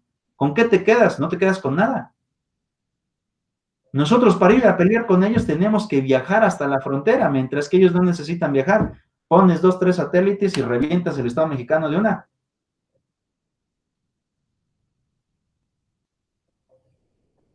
Entonces, no es una decisión fácil también el pelearte con los norteamericanos, porque les digo, históricamente ya han querido apoderarse de territorio. Ya lo consiguieron una vez, toda esta parte norte del país. Y ahorita no cree usted que vaya a haber una... Yo creo, bueno, vi la última vez que hubo una crisis de este tipo, fue en 1929, o sea, de estas dimensiones. Y la única manera para reactivar la economía fue una guerra mundial, que fue la Segunda Guerra Mundial. ¿Usted cree que vaya a haber alguna onda así después de esta crisis? Mira, ahorita te respondo la pregunta. Vamos a esta parte primero, pero ahorita te voy a responder la pregunta porque tu pregunta es sumamente interesante, Mario. Ahorita te la respondo. Dime, Lino, ¿ibas a hablar? No, profe, no. ¿No? ¿Qué es lo que pasa? Entonces, pues al final de cuentas, nuestro queridísimo Lázaro Cárdenas dice, nosotros hacemos valer la Constitución. Expropiamos, extraemos, pero vendemos. Y fíjense algo bien importante. En la época de Lázaro Cárdenas no solamente se logra generar la extracción, se empiezan a generar las refinadoras, las refinerías. Pero aquí viene algo bien importante. Las refinerías en el país son 6, pero la demanda hoy de gasolinas es demasiada. Pero ¿en dónde viene el quiebre de Pemex? ¿Desde dónde se fragua el golpe de Pemex? Toda esta idea que logró generar nuestro queridísimo Lázaro Cárdenas se desvirtúa. Y para ser exacto, se desvirtúa en un gobierno. Y de ahí viene la decadencia de Pemex. Y me estoy refiriendo al gobierno de Luis Echeverría Álvarez. ¿Se acuerdan del que les dije hace un momento? Del llamado David Rockefeller. Ahorita les voy a enseñar algo. Voy a proyectar mi imagen y ahorita les voy a mostrar en dónde viene el quiebre de Pemex. El quiebre de Pemex era básicamente el poder recuperar, vuelvo a repetir, el poder recuperar los acuerdos de Bucareli. Es decir, que las empresas norteamericanas volvieran a apoderarse del crudo mexicano. Y sí lo consiguieron con el tiempo. Pero el primero que traiciona la ideología de Lázaro Cárdenas es el presidente Luis Echeverría. Y aquí les voy a mostrar algo. Por cierto, es un video público. Ojalá se lo puedan ver. No se los dejo de tarea, pero se los dejo leer. Verlo, porque es sumamente interesante. Y tiene que ver con la historia del Banco de México. Me voy a ir al documento oficial, al video oficial de la historia del Banco de México, porque está publicado en el canal oficial del Banco de México. Y hay una fotografía en donde en una mesa de trabajo está David Rockefeller, el dueño de la empresa Shell o de la petrolera Shell, y nuestro queridísimo presidente Luis Echeverría Álvarez desde los años 70. Es decir, esto no es obra de la casualidad, el quiebre viene ya desde hace muchísimo tiempo. Por eso cuando toma Andrés Manuel al gobierno de Pemex, ¿qué es lo que pasa? Se encuentra que Pemex está destrozada. Pero bueno, ahorita les voy a... Miren, ojalá lo encuentre, porque veo que YouTube está tardando bastante. Vamos a poner aquí David Rockefeller y Luis Echeverría. Nuestro queridísimo... Aquí está, miren. Estas son las fotografías de los señores. Vamos a ponerle imágenes. Es decir, el quiebre de Pemex no fue acto de la casualidad.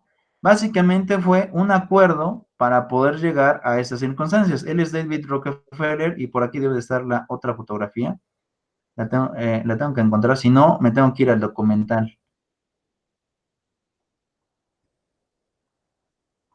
Porque esa sí o sea, la está publicando la fotografía el Banco de México.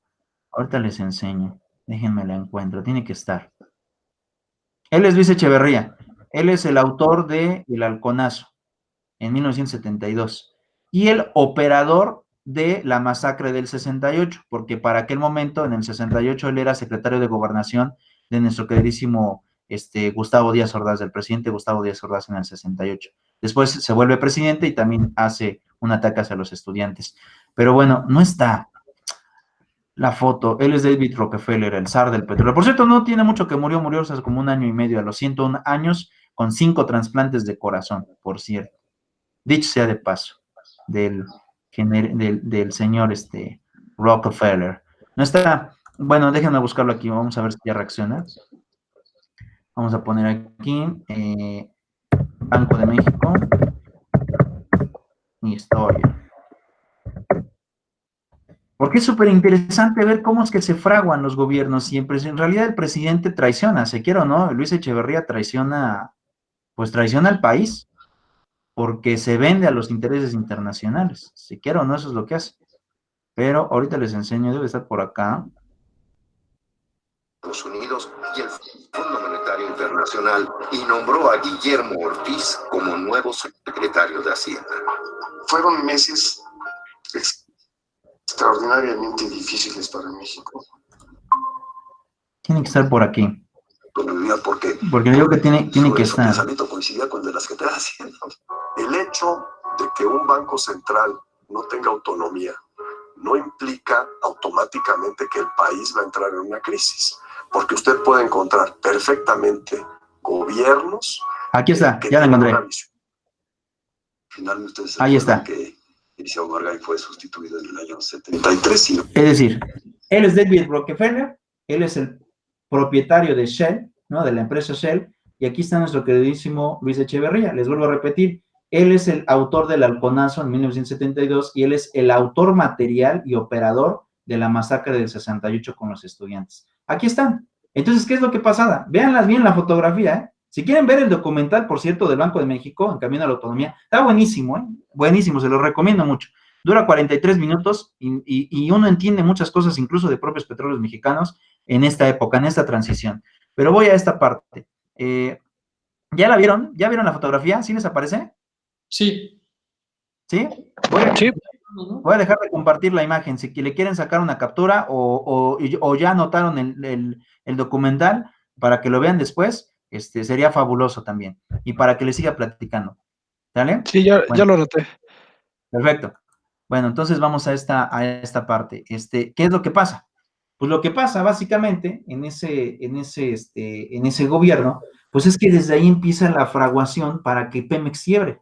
Es decir, Pemex no se quiebra de la noche a la mañana. Pemex empieza a fraguarse para que se queme y para que literalmente se logren dar nuevamente los acuerdos de Bucareli. Es decir, poner en vigencia lo que Obregón había pactado y que había desobedecido el presidente Lázaro Cárdenas con la expropiación petrolera. Entonces, viene otra gran macro negociación. Vean las industrias que ya se lograron comprometer en el comercio internacional. Se comprometió entre México y Estados Unidos el comercio de investigación científica, armamentista y el tema de ferrocarriles. Las grandes industrias que hoy, si nos damos cuenta en el mundo, generan un dineral o podrían generar un dineral para la cuestión mexicana. Pero ¿cómo obligaron a los diferentes gobiernos? Porque si se dan cuenta, fueron muchos gobiernos a los que los doblegaron por el tema de la deuda externa. El tema de la deuda externa es un tema delicado. Es un tema muy, muy delicado. Hablar de la deuda es muy delicado porque, como ya se dieron cuenta de todo lo que llevo de clase, el comercio de mercancías ha estado limitado para el tema del pago de la deuda externa. Y bueno, ¿qué es lo que pasa? Pues los norteamericanos, fabulosísimos. ¿Qué fue lo que sucede? Para no ir a más situaciones.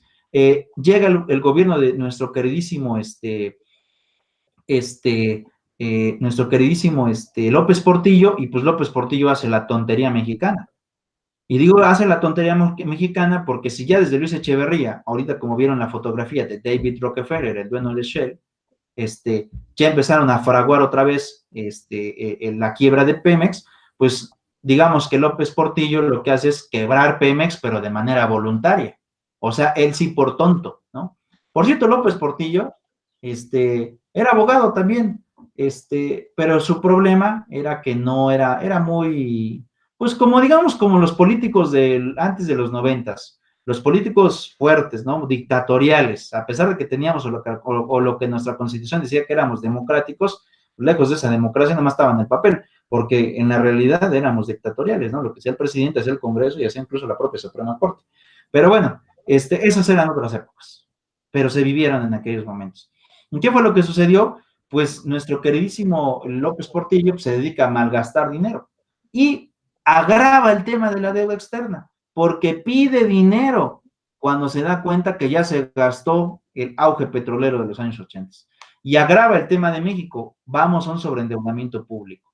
Y entonces, ¿qué es lo que pasa? Llega de la Madrid, por cierto, de la Madrid también alguien muy preparado, porque de la Madrid era, de la Madrid era, ¿cómo se llama?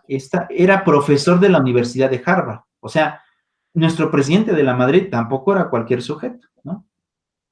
O sea, era alguien, también muy adoctrinado, maestro de la Universidad de Harvard, ¿no? O sea, no estamos hablando de que estaba dando clases en cualquier lugar, era profesor de la Universidad de Harvard, o sea, del top de las universidades del mundo, ¿no? Hasta el día de hoy, se quiera o no, Harvard, lo que es Harvard, Chicago, y la escuela de New Jersey, creo que es New Jersey o New Jersey, no recuerdo ahorita cómo es el nombre correcto, en donde ahorita es profesor nuestro queridísimo expresidente Ernesto Zedillo Ponce de León, por cierto, de tiempo completo, el expresidente es profesor de esa universidad. O sea, de lo majestuoso había sido catedrático de la Madrid, pero de la Madrid cuando llega a la presidencia de México, pues está amarrado por el tema de la deuda, ¿no? Es decir, viene el tema del sobreendeudamiento histórico y luego la tontería que hace López Portillo, pues tiene un sobreendeudamiento público grandísimo.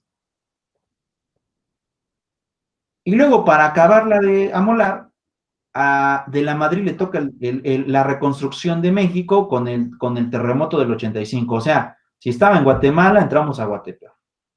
Pero aquí viene lo importante de la cuestión de comercio internacional, en donde México se le empieza a posicionar del mercado internacional y se posiciona a través de lo que hoy conocemos como del Tratado de Libre Comercio, el tratado que logra generar en nuestro presidente Carlos Salinas de Gortari.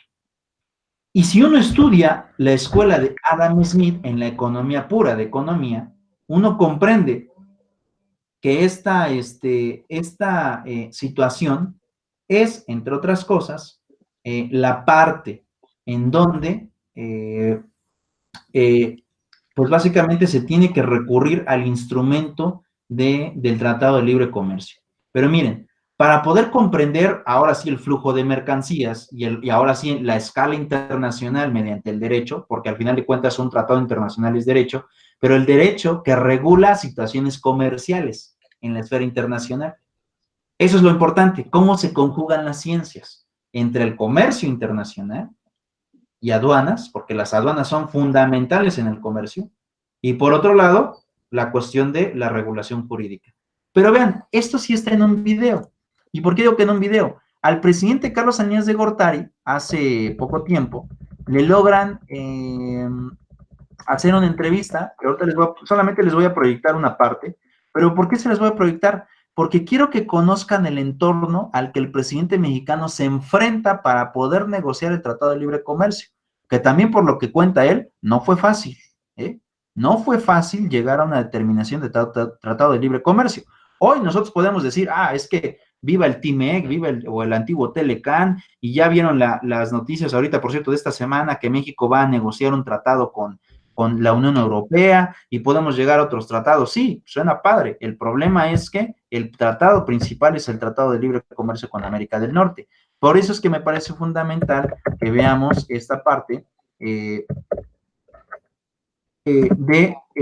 esta entrevista en donde se abre el presidente mexicano y explica cómo es que él, en la época que él gobierna, logra negociar. Permítanme, ahorita lo pongo y lo proyecto. Ahorita voy a hacer algunas preguntas sobre esto, pero quiero que le pongan mucha atención porque me parece fabulosísima la entrevista que da el presidente mexicano. No la vamos a ver completa, ojalá ustedes la puedan ver completa, pero es una entrevista de 45 minutos única y exclusivamente acerca del Tratado de Libre Comercio de América del Norte, en donde el presidente habla y habla y habla. Es una entrevista de hace 3 años, y me parece fenomenal la entrevista. Ahorita se las proyecto y ahorita seguimos comentando. Vean desde dónde viene la cuestión del comercio internacional. Ya les hice la historia desde la independencia y ahorita ya estamos en la década de los 90.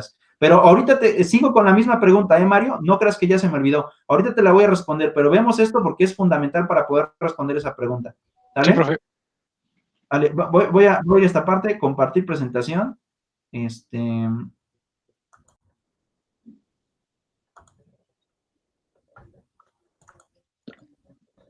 Y vamos a esta porque me parece, híjole, fabulosísimo. La renegociación, como se quiera llamar, es una renegociación del Tratado de Libre Comercio que tendrá que iniciarse con la toma del poder de Donald Trump el 20 de enero próximo. Una tarea tan compleja como la que implicó hace un cuarto de siglo la creación de ese mismo tratado. El personaje central en México de esa negociación fue el entonces presidente Carlos Salinas de Gortari. Hola, Viviana. Hola, Jorge, qué gusto, muchísimo gusto en saludarte. Muchísimas gracias por estar con nosotros. Y esta es la primera parte de la entrevista que tuvimos en Todo Personal con Carlos Salinas de Gortari. Hoy platicaremos de cómo se negoció el Tratado de Libre Comercio. Mañana hablaremos con él de cómo se debería de negociar en el futuro. Esta es la entrevista que se sostuvo con Carlos Salinas de Gortari.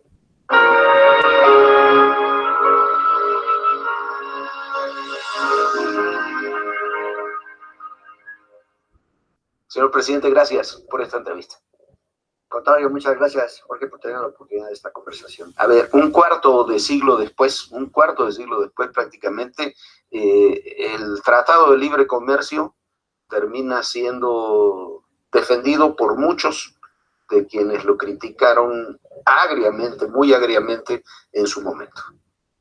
Bueno, Jorge, como todo proceso reformador, es normal que la reforma como tal implica cambios, haya debates alrededor de ellos. Y el Tratado de Libre Comercio era un cambio fundamental en la manera como los mexicanos no solo queríamos hacer el comercio, sino como nos queríamos relacionar con nuestro vecino al norte tan complicado y tan difícil históricamente, y que hoy es la potencia número 1 en el mundo.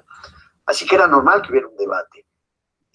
Aquí lo importante es que, como bien se dice, 23 años después, o casi un cuarto de siglo, el tratado se ha acreditado por sus propios méritos como un instrumento que ha funcionado adecuadamente para generar millones de puestos de empleos, mejores salarios, sindicalización de los trabajadores y, de manera fundamental, una manera diferente de relacionarnos con los Estados Unidos. El Tratado de Libre Comercio, se puede hacer un símil con lo que ocurre ahora, se da en un momento de ruptura. Usted lo ha platicado en muchas oportunidades, se da en un momento de cambio de México, pero un momento de cambio del mundo, caída del muro de Berlín, reconfiguración de Europa, geopolítica, y ahora tenemos un momento también de cambio, quizás en un sentido contrario, pero un momento de cambio en el mundo.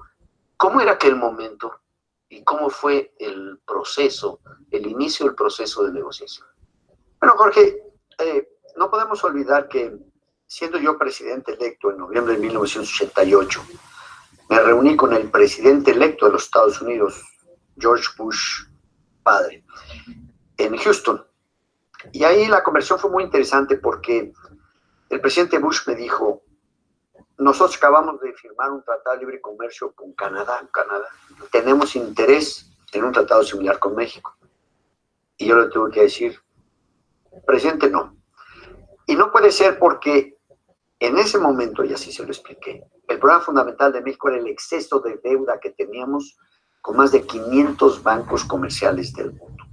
La deuda externa de México era un peso terrible sobre los hombros de los mexicanos, y mi prioridad era un proceso en el cual no solo se reestructurara la deuda para posponer los pagos, sino lograr la primera reducción de deuda en la historia moderna de América Latina.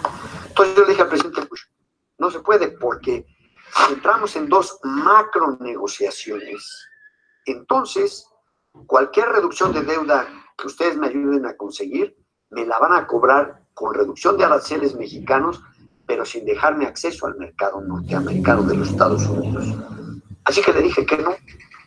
Y logramos el acuerdo para echar a andar la negociación de la reducción de deuda, donde el secretario de Hacienda de México, Pedro Aspe, se reunió con su contraparte norteamericana, Nicholas Brady, secretario del Tesoro del presidente Bush, y se logró lo que se llamó el Plan Brady, que para México significó, en su conclusión, la primera reducción de deuda en la historia moderna de América Latina. Y en los hechos es el fin de la crisis de la deuda externa como tal, ¿no? Lo que conocemos, la crisis de la deuda externa, y se comienza a encarrilar el proceso de otra forma.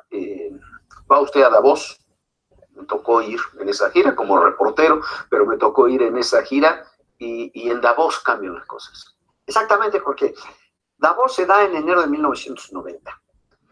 Nosotros habíamos programado la firma de la reducción de la deuda para unos cuantos días después. Así que íbamos a Davos como literalmente triunfadores, como cenicienta casi a la fiesta, pensando que México, habiendo logrado ese paso que muchos consideran casi imposible, iba a ser el centro de atención. Nada. ¿Qué había sucedido? Unos meses antes, en noviembre de 89, cayó el muro de Berlín. Y a los pocos días, en Malta, en un crucero, en un acorazado de guerra, se reunieron el presidente de los Estados Unidos, George Bush, y el premier Gorbachev de la Unión Soviética, y firmaron la conclusión de la Guerra Fría.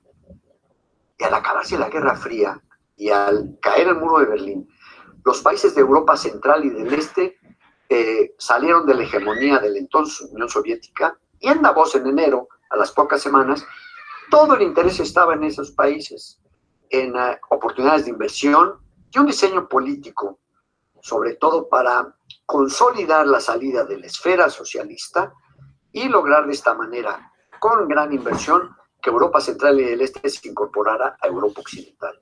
Así que México perdió interés a pesar de tener prácticamente solucionado el problema del exceso de deuda externa.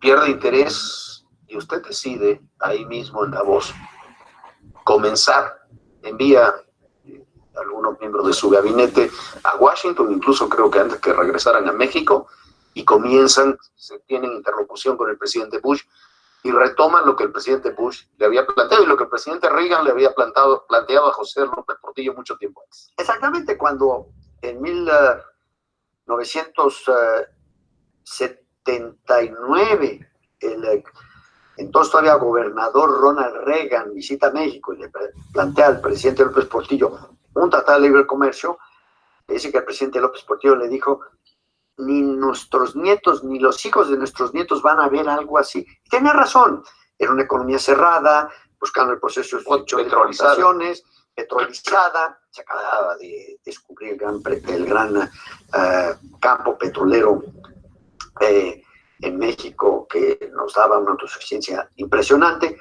Eran otras circunstancias y en su momento se entendía esa decisión. Yo también me negué con el presidente electo Bush, pero cambiaron las circunstancias. Y como decía Keynes, el gran economista inglés, cuando las circunstancias cambian, yo cambio. mi forma de ser, y usted está dispuesto a hacerlo. Claro. Así que Si uno quiere resultados diferentes, no puede seguir haciendo lo mismo, ¿no? Absolutamente, hay que reconocer el cambio del contexto y saber responder ante él. Eso hicimos en Davos en enero de 1990. Me acompañaban en ese viaje el secretario de Hacienda Pedro Aspe y el secretario de Comercio Jaime Serra. Así que ahí en Davos, dos decisiones. La primera, a Pedro Aspe le dije, no basta reducir la deuda externa, hay que reducir también la interna. Y como dice el dicho popular, los bienes son para remediar los males. El gobierno mexicano se ha llenado de propiedades y el pueblo de necesidades. Vamos a privatizar los bienes públicos en subasta abierta y esos recursos usarlos para pagar la deuda interna y así reducir el saldo total de la deuda. Primera decisión. Y la segunda, le dije a Jaime Serra, aquí está la negociadora de los Estados Unidos, la negociadora comercial Carla Hills.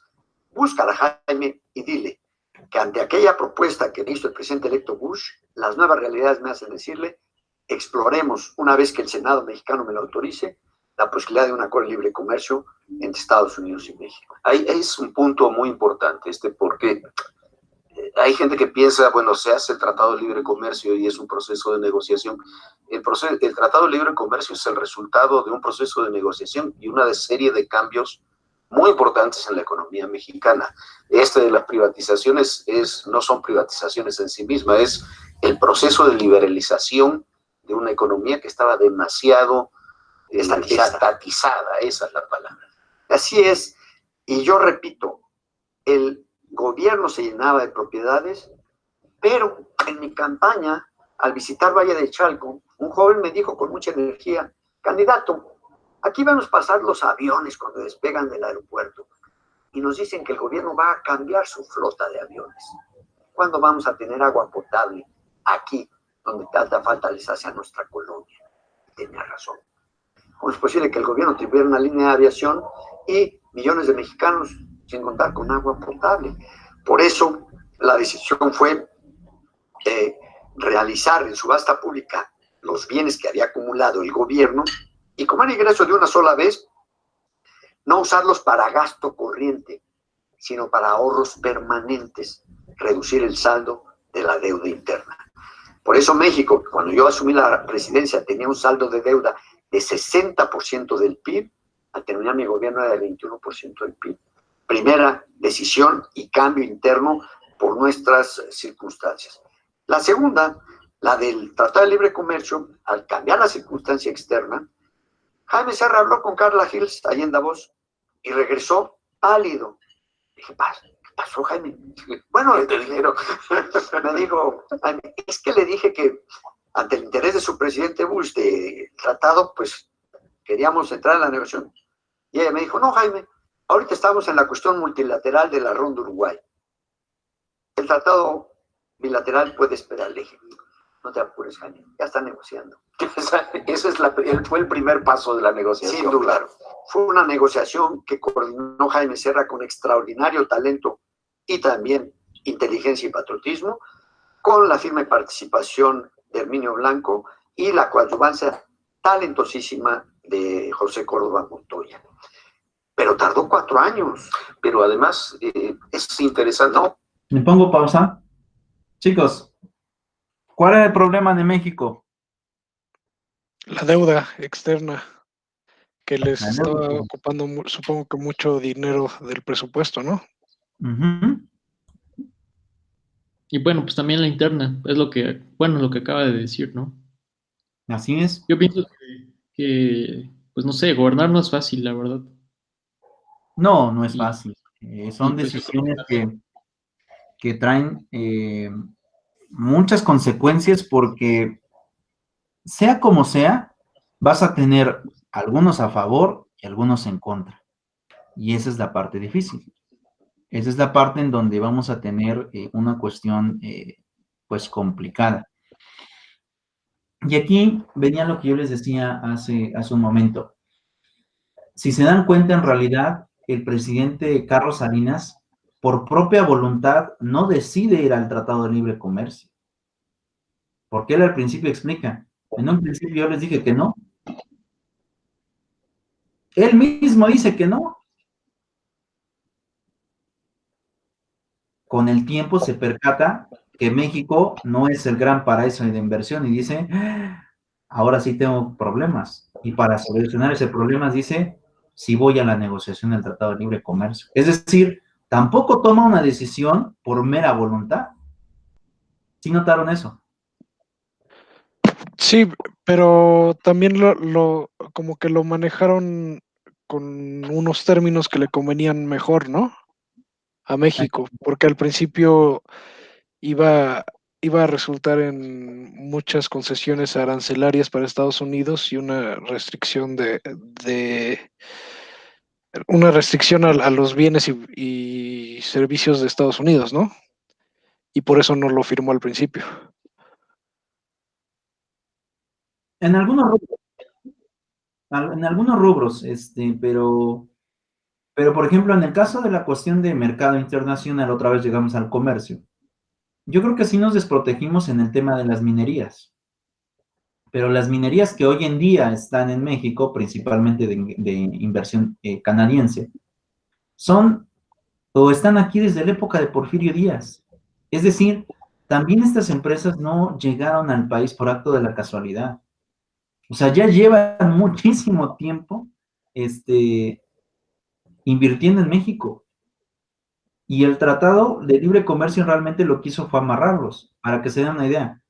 Ellos de cada 100 pesos de oro que se llevan, nada más nos pagan el 2%, 2 pesos. Si son 1,000, nos pagan 20 pesos de impuestos. Entonces, también la negociación no fue tan fluida o fue tan benéfica. Tiene sus bemoles en algunos rubros, ¿no? Sí, claro, tiene que ser una negociación como ganar-ganar, ¿no? Para ambas partes, o sea, tienes que ceder ciertas cosas Y ganar otras. y ganar otras, exactamente, y de ambos lados, de ambas partes del tratado. Básicamente eso se trata, ¿no? Pero antes de entrar al contexto, ¿tú ibas a decir algo, Lina? No, profesor, bueno, iba a decir que los americanos, pues, ellos no buscan eso, ¿no? Ganar, ganar, ellos siempre, o sea, perdón, que como ganar, ganar las dos partes, sino que ellos siempre quieren ganar para ellos, ¿no? Sí. Y pues también yo creo que tuvo que ver pues una mala estrategia de quien pusieron al frente de las negociaciones.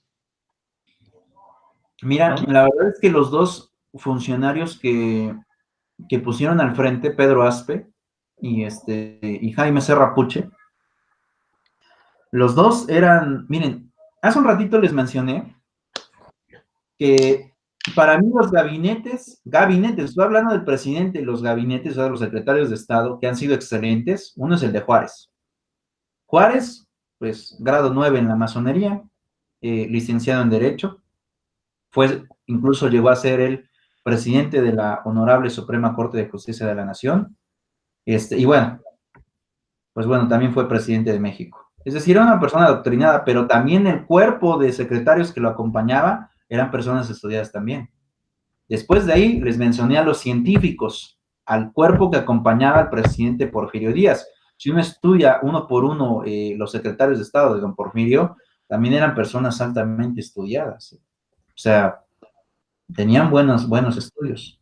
Después de ahí, les vuelvo a repetir, me voy a la época de Carranza, con los constitucionalistas. Carranza era también alguien, él era dogmático. Y bueno, gracias a ello, pues su aportación es la Constitución, que hasta el día de hoy sigue vigente. Y de ahí me parece que los gabinetes, no hay gabinete, como que llega una especie de historia oscura en los gabinetes. Y considero, aquí yo no soy muy partidario en realidad de Carlos Salinas de Gortari. La verdad no soy muy partidario, pero ciertamente el gabinete que lo conforma y él como presidente, cuando uno va a sus estudios, pues ahora entiendo por qué les llamaron el movimiento tecnócrata. A ellos les llamaron los tecnócratas. Y era porque toda esa generación de ellos estudiaron en las escuelas de Harvard. Y para que se den una idea, esos personajes que él menciona, que es Jaime Serra Puche, que es el otro, Pedro Aspe, José Córdoba Montoya, Manuel Bartlett Díaz, por cierto, nuestro exgobernador, ex secretario de Gobernación, porque Bartlett fue secretario de Gobernación de Salinas, después fue gobernador en Puebla, Y bueno, ahorita ven que lo puso Andrés Manuel en Comisión Federal de Electricidad. Colosio, porque Colosio también pertenecía a ese grupo de hijos de políticos que se habían ido a estudiar a Estados Unidos, y Zedillo, nuestro presidente Zedillo también pertenecía a esa escuela de tecnocratismo. Entonces, tal vez yo considero que algunas cosas las cedieron, creo que les ganó ahí el ímpetu, pero por otro lado no podemos, no, o sea, si lo cedieron, estoy consciente de que no lo hicieron con inocencia, o sea, si lo cedieron fue porque estaban conscientes de lo que estaban cediendo, porque ignorantes no eran. Toda esta camarilla de políticos que les estoy mencionando, eran personas que habían estudiado en Estados Unidos. O sea, a lo mejor los podemos acusar de vendepatrias, ¿no? Pero de ahí a que digamos que son personas ignorantes, eso es otro rollo, ¿eh? De eso yo creo que ahí sí la formación que tienen lo respalda a todos, ¿eh? A todos. Por cierto, José Córdoba Montoya tuvo un pleito al principio de que entró Bartlett a comisión porque por ahí se empezaron a decir de cosas. Hoy en día Córdoba Montoya está desaparecido de la política, él ya tiene muchos años que no sale. Pedro Aspe sí, junto con Jaime Serra también. Y bueno, el expresidente Salinas, si han estado pendientes de las noticias, ven que meten al abogado Juan Collado, por cierto, también abogado, metieron a su abogado Juan Collado al bote y el presidente Carlos Salinas decide irse. Ahorita Carlos Salinas no está en México, está en Inglaterra. Como dirían, el miedo no anda en burro, ¿no? Pero pero bueno, me parece sumamente interesante lo que platica en la entrevista, cómo es que él logra negociar.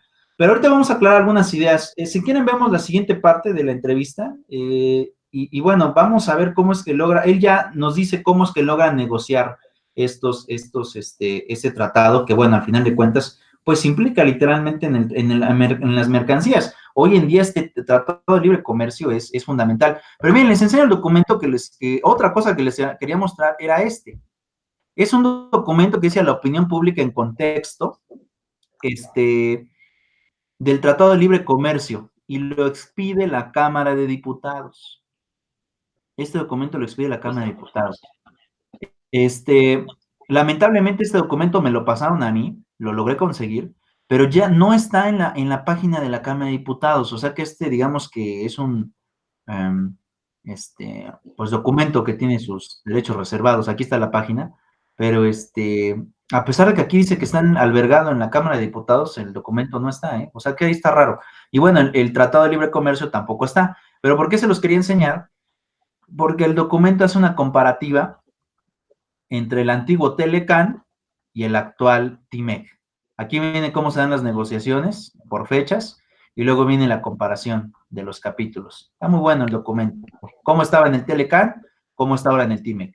Y así viene, ¿no? Cómo están los capítulos, y ya te va explicando cómo van cambiando. Es interesantísimo el documento. Yo creo que mejor lo subo a la plataforma y les dejo tarea y se lo leen, ¿no? Sí, estaría perfecto. ¿No? Pero ¿cómo es? Para que estuviéramos comprendidos. O sea, lo subieron y ya no. Vino. Ajá, se me hace que lo subieron y lo bajaron, y a mí me lo logró dar un compañero, y por eso es que lo estoy ahorita teniendo aquí. Pero sí, en efecto, estaba y ya lo quitaron. Y ahorita, pues, en teoría lo que ya tendría que venir es la publicación del texto original del TIMEC con la traducción. Pero hasta ahorita no está el TIMEC en la Cámara de Diputados, todavía no está publicado. ¿No? El 1 de junio. El 1 de junio, ajá. Ah, ok. 1 de junio. De este año, por cierto. Sí. Pero yo creo que les dejo este documento y lo hacemos de tarea. Y terminamos de ver esta parte porque yo creo que la próxima también voy a ver otra cuestión de las negociaciones internacionales, para que veamos el tema de los aranceles también, para que se den cuenta cómo quedaron.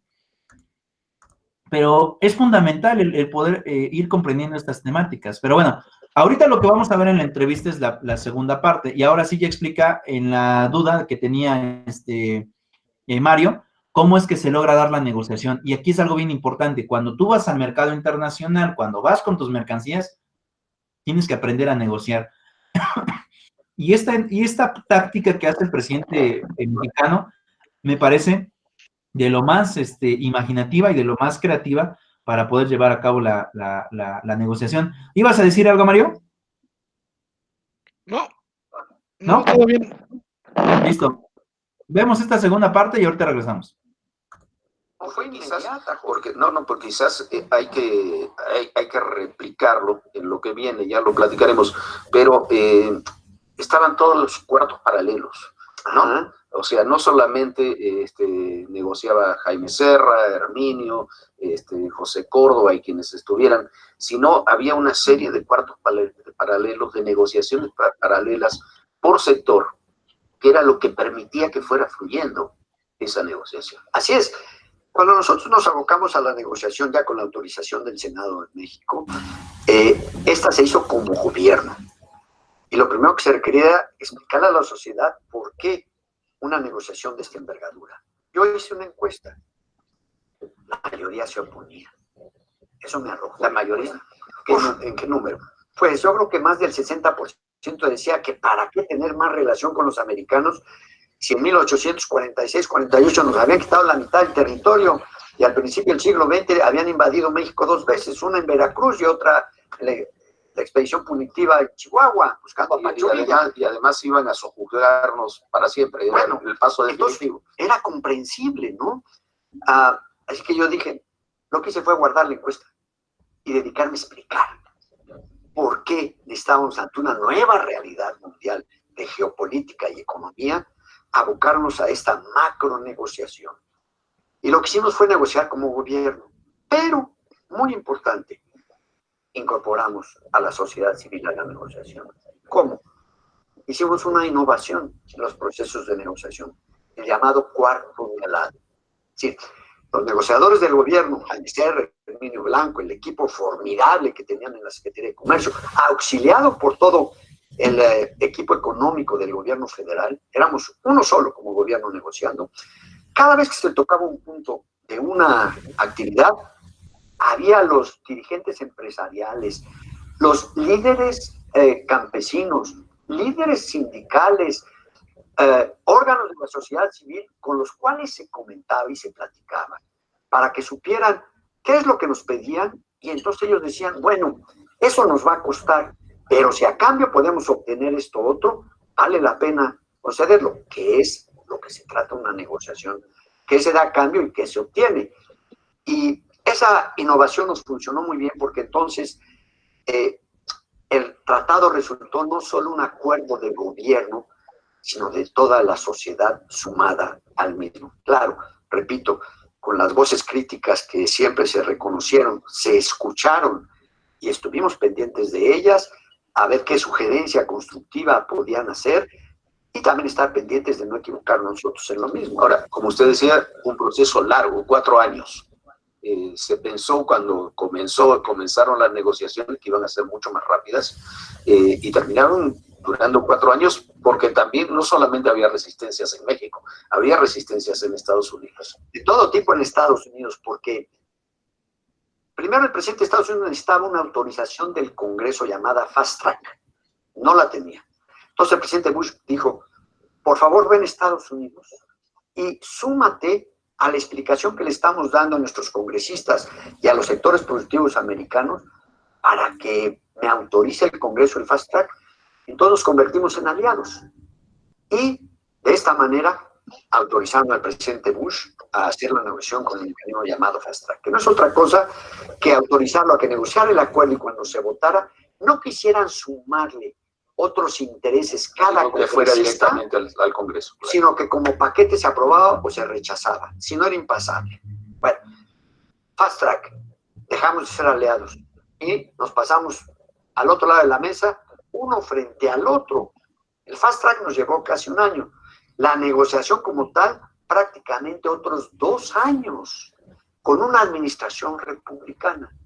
Y concluimos esa negociación en mera campaña electoral, en la cual el presidente Bush buscaba reelegirse y el gobernador de Arkansas, Bill Clinton, le disputaba como candidato demócrata a la presidencia de los Estados Unidos. Oponiéndose al Tratado de Libre Comercio.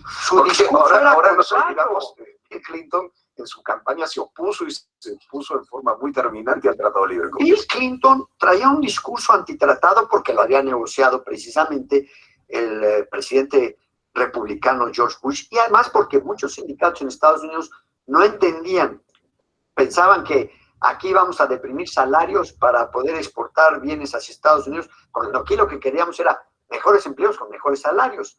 Bill Clinton fue muy contrario hasta que establecimos puentes con su campaña. Nosotros como gobierno negociábamos con el gobierno que era el del presidente Bush, pero hicimos contacto y puentes con la campaña del candidato Bill Clinton, en particular a través de alguien que había sido mi compañero en la Universidad de Harvard, Henry Cisneros, que después fue alcalde de San Antonio y era muy cercano a Bill Clinton y a su equipo. Es su secretario de Vivienda. ¿No? Después lo nombró secretario de Vivienda. De tal manera que pudimos explicarle al equipo del candidato Clinton cuáles eran las características del tratado. Y unas semanas antes de la elección en los Estados Unidos, el candidato Clinton pronunció un discurso en la Universidad de Carolina del Norte. Y ahí dijo lo siguiente: en la campaña me he opuesto al Tratado de Libre Comercio de América del Norte, pero ya lo han firmado, ya lo han concluido aquí el presidente Bush y en México el presidente Salinas y el primer ministro Mulroney de Canadá. Debo reconocer, dijo el candidato Clinton, que el gobierno mexicano ha tomado muchas decisiones unilaterales que incluso han beneficiado el comercio y la actividad económica aquí en Estados Unidos.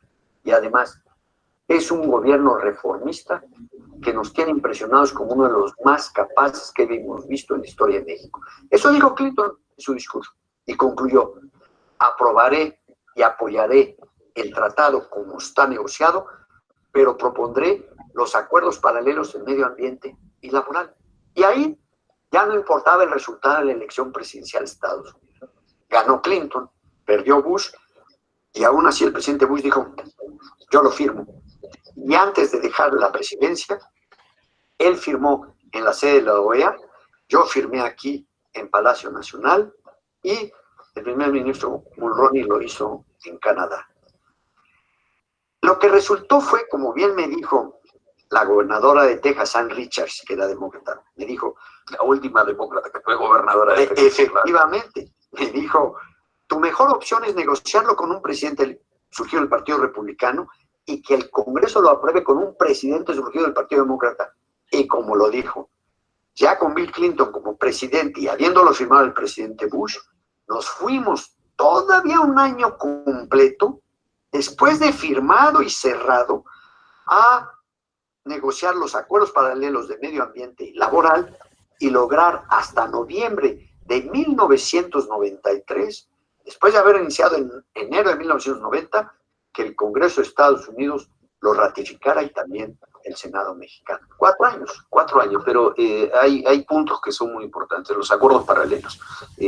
Mirando hacia el futuro, luego ya podemos abordarlo más profundamente, pero los acuerdos paralelos también fue muy importante porque no hubo necesidad de reabrir la negociación. Eran puntos que le interesaban al Partido Demócrata, le interesaban a Clinton Y a nosotros. y al gobierno mexicano, pero no hubo que reabrir la negociación.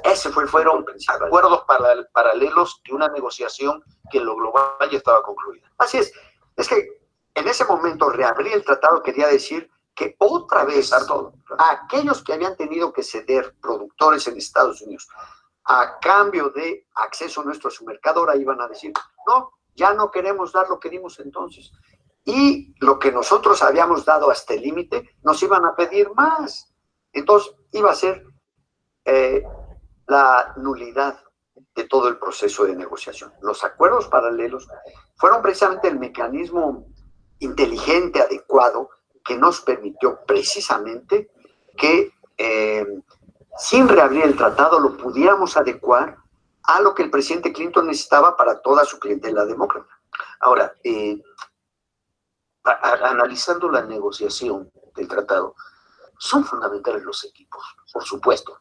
Tener un equipo capacitado, que sepa hacia dónde va, pero creo que es fundamental también, que platíqueme su experiencia, tener vasos comunicantes con muchos sectores para que la negociación no sea en las alturas solamente. Absolutamente, Jorge, eso es indispensable. Por eso, el gobierno tiene, en mi caso, acometió la negociación como un todo.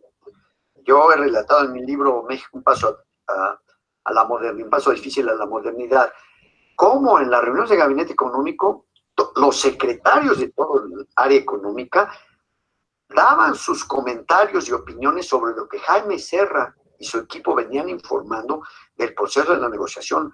Pedro Aspe con mucha claridad decía, bueno, en materia financiera, estos son los límites que tenemos que poner. Por ejemplo, se estableció que no podía haber propiedad mayoritaria de extranjeros en bancos mexicanos, en los fundamentales. Porque la señora Thatcher le dijo una cosa a Pedro Aspe cuando hicimos la privatización de la banca. La señora Thatcher, wow, para los que la tienen como el non plus ultra del neoliberalismo, dijo, mire, doctor Aspe, si van a privatizar sus bancos, no se le olvide una cosa, jamás le entrega a los dos principales bancos extranjeros, porque todo se está entregando su sistema de pagos. Y Pedro nos dijo, tiene que haber un límite que se imponga a la propiedad de extranjeros en la banca mexicana. Entonces, una carta que no pudimos dar, que decidimos no dar. Otra carta que desde el principio yo fijé mi posición fueron los no respecto al petróleo mexicano. Y yo dije, desde el principio, no habrá negociación de propiedad ni participación en la exploración, producción o distribución de productos petroleros en México. La Constitución establece exclusiva propiedad para el Estado mexicano sobre los bienes del petróleo. Y no vamos a modificar la Constitución para adecuarla al tratado, sino vamos a hacer un tratado que se ajuste a lo que la Constitución dice. Y esos fueron los nos financieros y petroleros. Nos sostuvimos. Y así logramos el Tratado de Libre Comercio de América. ¿Cuáles fueron los no de ellos? Bueno, entre tú y yo. Comentarios, chicos, sé que tienen dudas seguramente, o hay cosas que les, ahorita ya con esta segunda parte les brillaron los ojos. ¿Qué les llama la atención? Pues está interesante bueno, que en el tratado como medida proteccionista, utilizaron, bueno, establecieron que no se iba a tocar nada relacionado al petróleo, ¿no? Pero sobre lo que él dice, nunca habla de la refinación. Sí, dice producción, No, dice exploración, extracción y distribución. no hay Nunca habla. producción, chéquelo. Son Pero los la últimos producción segunditos. implica refinación. Pero bueno, total, el punto es que como medida proteccionista es que no permite, y eso es bueno porque protege, en ese entonces la economía mexicana estaba basada en el petróleo, ¿no? Ujú. Entonces no podían como dejar eso a flote, como está hoy en día. Bueno, sí, hoy quien libera todo el mercado es Peña con las reformas de 2013. Reforma, para ser exactos, el artículo 25, 27 y 28 de la Constitución, y ahí es donde permiten ya la participación de estas empresas extranjeras para la exploración,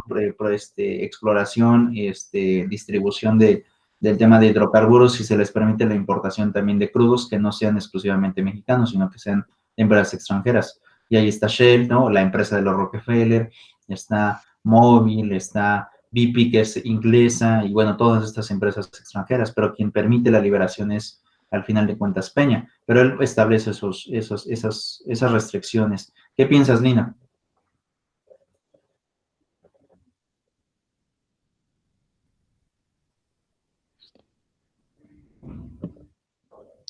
Bueno, de mi parte, a mí no me quedó muy claro el concepto, porque mencionó el concepto de acuerdos paralelos. Ajá.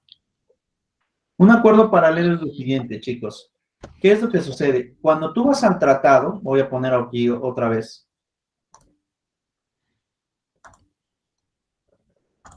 Cuando tú vas al tratado, o en este caso el documento, ¿qué es lo que estás logrando negociar? Esa es la primera negociación. Pero aquí se puede regular una cuestión general. Si quieres ser todavía más particular, entonces generas esos acuerdos paralelos. Es decir, un acuerdo que depende del acuerdo que tenemos aquí, que es del Tratado de Libre Comercio. Es más o menos como, bueno, como las leyes, ¿no? Por ejemplo, ¿qué es lo que pasa? Tienes una ley federal, pero para regular de manera específica alguna actividad, creas un reglamento que deriva de la ley O sea, general. son como complementarias, ¿no? Exacto, exacto. Es lo mismo en el caso de los acuerdos paralelos. Aquí tienes el concepto general y el acuerdo paralelo es complementario a esta norma general. Es el tratado Ah, general. ok. No, es eso. Y lo que habló acerca de los cuartos de al lado es básicamente que no solamente negociaron la comitiva que fue a Estados Unidos, sino que también ellos informaban a México, y aquí en México ya estaban todos los líderes sindicales, las cámaras de comercio, dando su opinión hasta dónde sí y hasta dónde no, para que ellos pudieran negociar en Estados Unidos, al final de cuentas, cómo es que se llevaron a cabo las negociaciones en el Tratado de Libre Comercio. Es interesante, ¿no? El ver cómo lo dice, ¿no?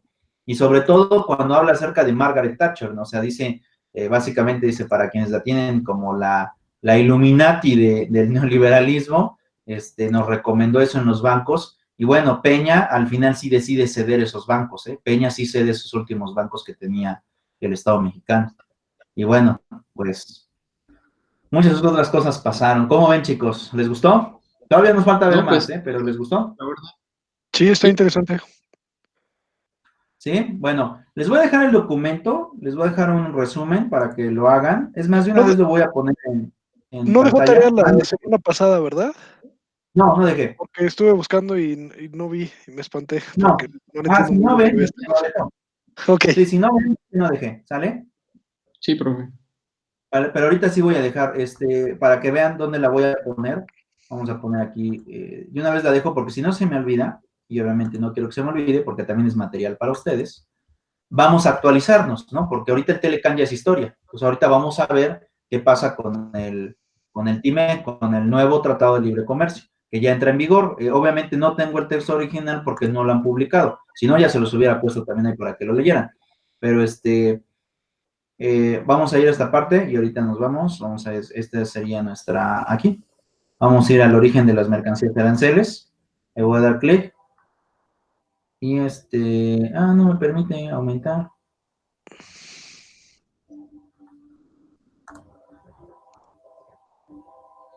Me voy a ir atrás entonces. Ya sé, le doy en crear. Ajá, tarea. Vamos a poner aquí resumen. Para la fecha límite, ¿cuándo es el otro sábado? ¿A qué hora es nuestra otra clase? A las 12. Es 10 de mayo. No, es 9 de mayo. 9 de mayo. Entonces, para el 9 de mayo es la tarea. ¿Sale? Sí. 9 de mayo es la tarea, y aquí le voy a poner a la hora que tenemos clase, a las 14 horas. Es la hora máxima. ¿De acuerdo? Sí.